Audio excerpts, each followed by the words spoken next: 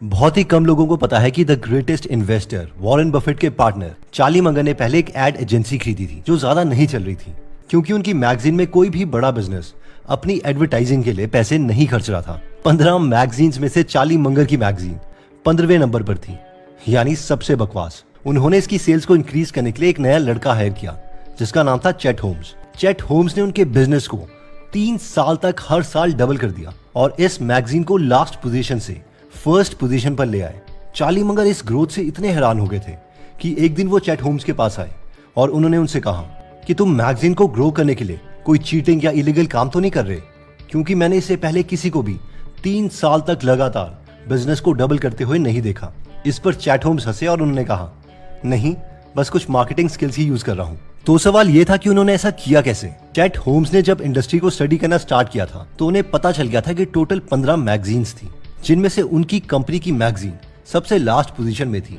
और ये सारी की सारी 15 मैगजीन्स हर महीने 2500 से करीब बिजनेसेस को फोन करती, उन्हें मेल भेजती, गिफ्ट भेजती, ताकि वो उन बड़े बिजनेसेस को कन्विंस कर पाए ताकि वो सब अपनी एडवर्टाइजिंग उन्हीं की मैगजीन्स में करें। एक और अमेजिंग चीज जो चेट होम्स ने नोटिस की वो ये थी कि 2500 बिजनेसेस में से सिर्फ 167 बिजनेसेस ऐसे थे जो सबसे ज्यादा एडवर्टाइजिंग में पैसे खर्चते थे। तो उन्होंने सोचा कि क्यों ना बस इन्हीं पर फोकस किया जाए।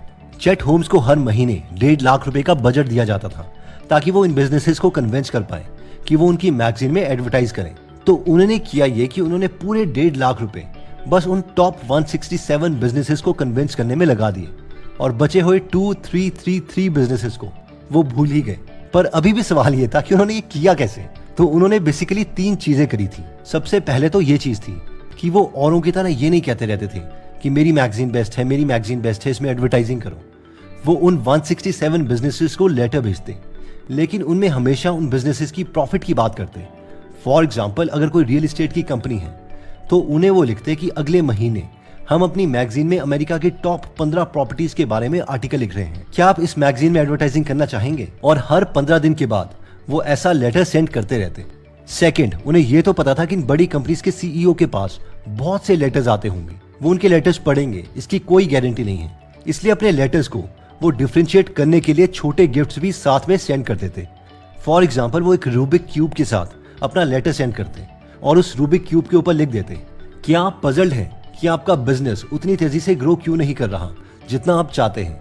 अगर हाँ, तो हम आपकी मदद कर सकते हैं, बस इस लेटर को पढ़िए। या फिर कई बार वो छोटी टॉर्च सेंड कर देते और उसके साथ लिखते, क्या तुम अंधेरे में तो नहीं हो कि तुम्हें पता ही नहीं कि तुम्हारी इंडस्ट्री कितनी जल्दी चेंज हो रही है और कंपटीशन कितनी जल्दी ग्रो हो रहा है। वो बस हमेशा छोटे गिफ्ट ही सेंड करते रहते, क्योंकि अगर वो महंगे बड़े गिफ्ट सेंड करते तो सीईओ को लगता कि वो उन्हें रिश्वत देने की सोच रहे हैं। थर्ड, वो इन बिजनेसेस को लेटर भेजने के अगले दिन ही फोन करते। अब होता यह था कि किसी भी कंपनी का सीईओ डायरेक्टली फोन तो उठाता नहीं है, उनकी कोई ना कोई असिस्टेंट फोन उठाती है। तो बाकी सेल्स पीपल सीईओ से बात करने से पहले असिस्टेंट से बहुत प्यार से बात करते हैं।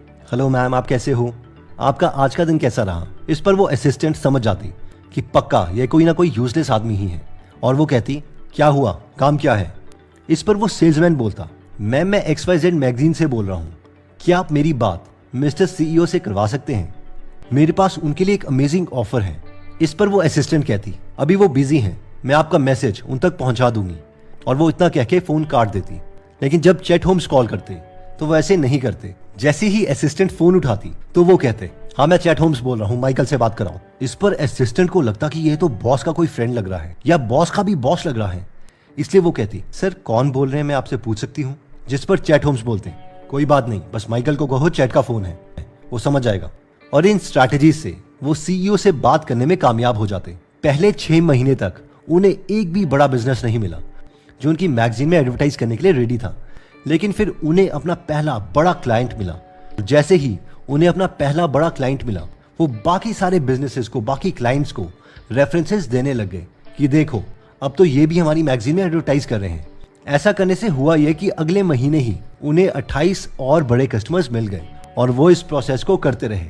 और यही रीजन था कि वो चार्ली मंगर की मैगजीन को 3 साल तक लगातार डबल करते रहे। तो अब आप बोलेंगे कि ये तो अमेजिंग स्टोरी है, लेकिन इसमें हमारी लर्निंग क्या है? देखो, वैसे तो इस वीडियो का पॉइंट है पैसिव इनकम अर्न करना। जैसे कई लोग बोलते हैं कि ऐसे क्या मेथड्स हैं कि हमें सिर्फ 5 या 10% एक्टिवली काम करना पड़े और 95% काम पैसिव हो, तो उसका एक मेथड तो है इन्वेस्टिंग, क्योंकि एक्चुअल कंपनी रन करने में 100% एक्टिवली काम करना पड़ता है। लेकिन किसी कंपनी को आइडेंटिफाई करके उसमें पैसे इन्वेस्ट करने में बहुत कम टाइम इन्वेस्ट करना पड़ता है। पैसिव इनकम कमाने का दूसरा मेथड है कि prepare a product once and sell it to different audience. कोई भी डिजिटल कोर्स है तो वो पैसिव इनकम का ही पार्ट है, जिसमें आप अपने एक्सपीरियंसेस को बहुत ही सिंपल वे में शेयर कर सकते हो। इससे आपके स्टूडेंट को एक वेल ऑर्गेनाइज्ड कोर्स मिल जाएगा, जिससे उसकी गलतियों का कुछ टाइम बच जाएगा और आपको एक पैसिव इनकम सोर्स मिल जाएगा। लेकिन ये होगा तभी ही जब हम कोर्स को सेल करना सीखेंगे। और आज की ये वीडियो इसी टॉपिक के ऊपर है कि बेस्ट मार्केटर्स अपने प्रोडक्ट सेल कैसे करते हैं। तो सबसे पहला मेथड आता है educational fear plus more value method. 100 साल से एक कारपेट कंपनी चली आ रही थी, जिसमें 3 जनरेशन से फैमिली काम कर रही थी। यानी पहले दादाजी ने बिजनेस चलाया, फिर डैड ने बिजनेस चलाया, उसके बाद अब बेटा बिजनेस चला रहा था। बिजनेस अच्छा खासा पैसे कमाता था, लेकिन ग्रोथ बिजनेस में बहुत कम थी।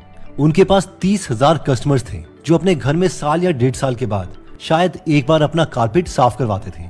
इन्हें जितना मर्जी फोन करो, जितनी मर्जी मार्केटिंग करो, they were simply not interested. But then इनके ओनर्स को इनकी मार्केटिंग स्ट्रैटेजी चेंज करने के लिए कहा गया। इन्हें कहा गया कि देखो, सबसे पहले तो कारपेट क्लीनिंग जरूरी क्यों है, इसके बारे में रिसर्च करो, जिससे लोगों की अटेंशन नहीं जा सके। तो बहुत रिसर्च करने के बाद पता चला कि कारपेट के ऊपर बहुत से PhD स्कॉलर्स ने रिसर्च की है, और उन स्टडीज की फाइंडिंग ये थी कि जो घर में नीचे कारपेट बिछाते हैं वो सिर्फ खूबसूरती की तरह ही नहीं, बल्कि एयर को प्यूरिफाई करने के लिए काम भी करता है। एक्चुअली रिसर्च में देखा यह गया था कि जिस फैमिली के घर से कारपेट्स बाहर निकाले गए थे, उस फैमिली के मेंबर्स साल में लगभग 4 बार से ज्यादा बीमार होते, क्योंकि कारपेट हवा में माइक्रोस्कोपिक और डस्ट पार्टिकल्स को एब्जॉर्ब कर लेता था, और लगभग 6 महीने के बाद एक कारपेट सैचुरेट हो जाता था। यानी वो और ज्यादा डस्ट पार्टिकल्स को इस कंडीशन में एब्जॉर्ब नहीं कर सकता। इतना ही नहीं, अगर कोई वैक्यूम क्लीनर्स को यूज भी करता है तो भी उससे ज्यादा फायदा नहीं होता था। इस स्टडी के अकॉर्डिंग प्रोफेशनल क्लीनिंग ही सबसे बेस्ट मेथड थी कारपेट को साफ करने की, जिसमें हॉट बॉइलिंग स्टीम के थ्रू कारपेट को क्लीन किया जाता था। इस इंफॉर्मेशन को यूज करके इस कारपेट सर्विस क्लीनिंग ने एक स्ट्रैटेजी अपनाई कि यूजर्स को गोल्ड मेंबर बनाया जाए। ये अपने एग्जिस्टिंग क्लाइंट्स को फोन करते और कहते, यस मैम, हम ABC कारपेट कंपनी से बात कर रहे हैं, आप हमें अपना गोल्ड सर्विस नंबर दीजिए जरा। इस पर क्लाइंट कहता, गोल्ड सर्विस नंबर, वो क्या है? इस पर उन्हें जवाब मिलता, क्या आप हमारे गोल्ड मेंबर नहीं हैं? अगेन क्लाइंट कहता, नहीं, हम तो नहीं हैं। इस पर कॉल ऑपरेटर कहता, ओके मैम, हम आपको बताते हैं कि बेसिकली गोल्ड मेंबर वो है जो अपने घर की एयर को प्योरीफाई करना चाहता है, और जिसे पता है कि अगर कारपेट्स को हर 6 महीने के बाद प्रोफेशनल्स के द्वारा क्लीन ना किया जाए तो वो साफ नहीं होते, और उनकी फैमिली को बीमार होने के 4 गुना चांसेस बढ़ जाते हैं। इसलिए हमने गोल्ड मेंबरशिप सर्विस स्टार्ट की है, जिसमें हम साल में 2 बार आपके कारपेट क्लीन करेंगे, वो भी डिस्काउंट में। इसके बाद मैक्सिमम लोग इस सर्विस को ले लेते। तो बेसिकली इसमें इन दोनों स्ट्रैटेजी से हमने देखा कि जब भी हम कुछ सेल करने की कोशिश कर रहे हैं तो सबसे पहले तो हमें हमारा कस्टमर भी चूज करना चाहिए। यानी अगर आप दिन रात मेहनत कर रहे हो और कस्टमर्स को वैल्यू दे रहे हो तो एक विन विन सिचुएशन तभी क्रिएट होगी अगर आपका कस्टमर भी आपको वैल्यू दे पाए। और इसी स्ट्रैटेजी पर क्रेड बिजनेस भी बना है। इनका मेन आर्गुमेंट यह है कि अगर किसी के पास क्रेडिट कार्ड नहीं है तो मोस्टली उसके पास ज्यादा पैसे नहीं है, और फिर उसके लिए अच्छी फाइनेंशियल सर्विस क्रिएट करने का क्या फायदा। ये स्ट्रैटेजी बहुत से डिजिटल मार्केटर्स भी यूज करते हैं। फॉर एग्जाम्पल फ्रैंक कर्न, जो कि एक फेमस डिजिटल मार्केटर है, वो महंगे कोर्सेज और एडवर्टाइजिंग सर्विसेज देते हैं। तो ये नॉर्मली फ्री यूजर्स को अलग करने के लिए पहले एक बुक सेल करते हैं जो कि $5.60 की है, यानी करीबन 350 रुपए के आसपास। और ये जानते हैं कि जो लोग 350 रुपए भी इनकी बुक के लिए नहीं खर्च करेंगे वो कभी भी इनके 2 लाख वाली सर्विसेज यूज नहीं करेंगे। इसलिए इन लोगों को एडवर्टाइजिंग दिखाकर बार बार उस पर पैसे खर्चने में कोई समझदारी नहीं है। चार्ली मंगन ने एक बहुत ही इंपॉर्टेंट स्टेटमेंट कही थी कि without life long learning you are not going to do very well, you are not going to get very far in life based on what you already know. यानी जब तक हम ये कमिट नहीं कर देते कि लाइफ लॉन्ग हम नई नई चीजें नहीं सीखेंगे, तब तक हम लाइफ में ज्यादा आगे नहीं बढ़ सकते, क्योंकि जितनी नॉलेज हमें अभी है वो सफिशिएंट नहीं है। तो अगर आप अपने बिजनेस को एक्सपैंड करना चाहते